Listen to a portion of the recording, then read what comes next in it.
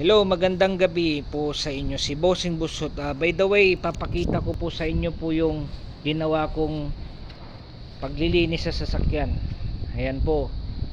Yan po yung ginawa ko po ngayon na malinis, makintab po. Ganyan po yung malinis na paggawa, mga viewers. Yan. Kailangan malinis. Yan. Yan mga viewers, kita nyo naman po mga viewers. Yan, pinapakita ko po sa inyo po yung gawa ko po na parang ko na coating. Ayan po, makintab po, di ba po? Yan. Yan, nakikita nyo mga viewers. Yan. Ayan po. Oh. Yan po yung gayaan nyo minsan mga viewers. Yan. Ayan po, makintab po. O yan.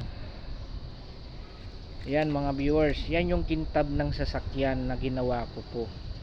Yan po yung ginagawa ko po na paglilinis na lagi makintab. Pinapakita ko po sa inyo para makita nyo po yan. Ayan po. Yan, kita nyo po. Yan po yung trabahong laging malinis. At saka wala pong acid rain na sinasabi. Almost itong sasakyan na to, almost 7 years na po to. Pero tingnan nyo, bago pa rin. Nasa pag-aalaga lang po yan mga viewers. Yan. Yan po. Yan po. Tingnan nyo po, wala po ka-acid rain po. Yan. Ganyan po talagang maggawa ng sasakyan si Bossing Busot. Yan po ginawa ni Bossing Busot. Yan.